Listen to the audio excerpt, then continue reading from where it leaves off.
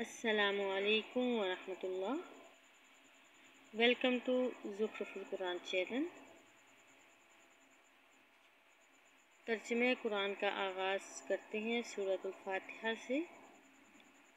فاتحہ کا مطلب ہے کھولنے والی، یعنی کہ اس سے قرآن پاک کا آغاز ہوتا ہے، اس لیے اس کو سورہ فاتحہ کہا جاتا ہے۔ سورہ فاتحہ کے کئی نام ہیں: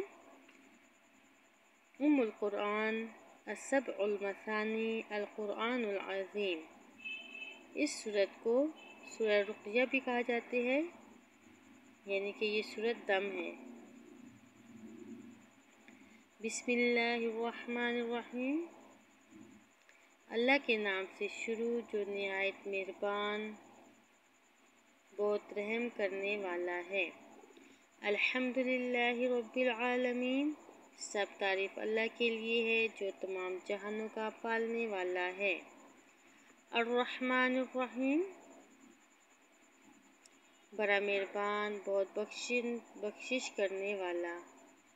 مالک یوم الدین، بدلے کے دن کا مالک ہے۔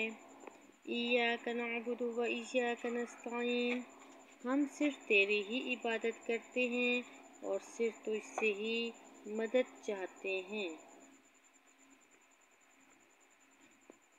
اہدنا الصراط المستقیم، ہمیں سیدھی راہ دکھا۔ صراط الذین انعمت علیہم، ان لوگوں کی راہ جن پر تو نے انعام کیا۔ غیر المغضوب علیہم ولا الضالین، ان لوگوں کی راہ جن پر نہ غضب کیا گیا اور نہ گمراہ ہیں۔ سورہ بقرہ شروع کرتے ہیں۔ سورۃ البقرہ، بقرہ کا مطلب ہے گائے۔ اس سورت میں بنی اسرائیل کی ایک گائے کا واقعہ ہے۔ یہ ایک مدنی سورت ہے۔ اس کی 40 رکوع اور 286 آیات ہیں۔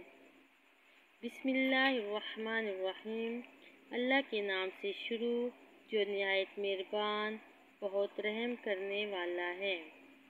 الف لام میم، یہ حروف مقطعات ہیں، ان کے میننگ صرف اللہ رب العزت ہی جانتے ہیں۔ ذالک الکتاب لا ریب فیہ، اس کتاب کے اللہ کی کتاب ہونے میں کوئی شک نہیں۔ ھدی للمتقین، پرہیزگاروں کو راہ دکھانے والی ہے۔ الذین یؤمنون بالغیب ویقیمون الصلاۃ ومما رزقناہم ینفقون، جو لوگ غیب پر ایمان لاتے ہیں اور نماز کو قائم رکھتے ہیں اور ہمارے دیے ہوئے مال سے خرچ کرتے ہیں۔ والذین یؤمنون بما انزل الیک وما انزل من قبلک وبالآخرۃ ھم یوقنون، اور جو لوگ ایمان لاتے ہیں اس پر جو آپ کی طرف اتارا گیا اور جو آپ سے پہلے اتارا گیا، اور وہ آخرت پر بھی یقین رکھتے ہیں۔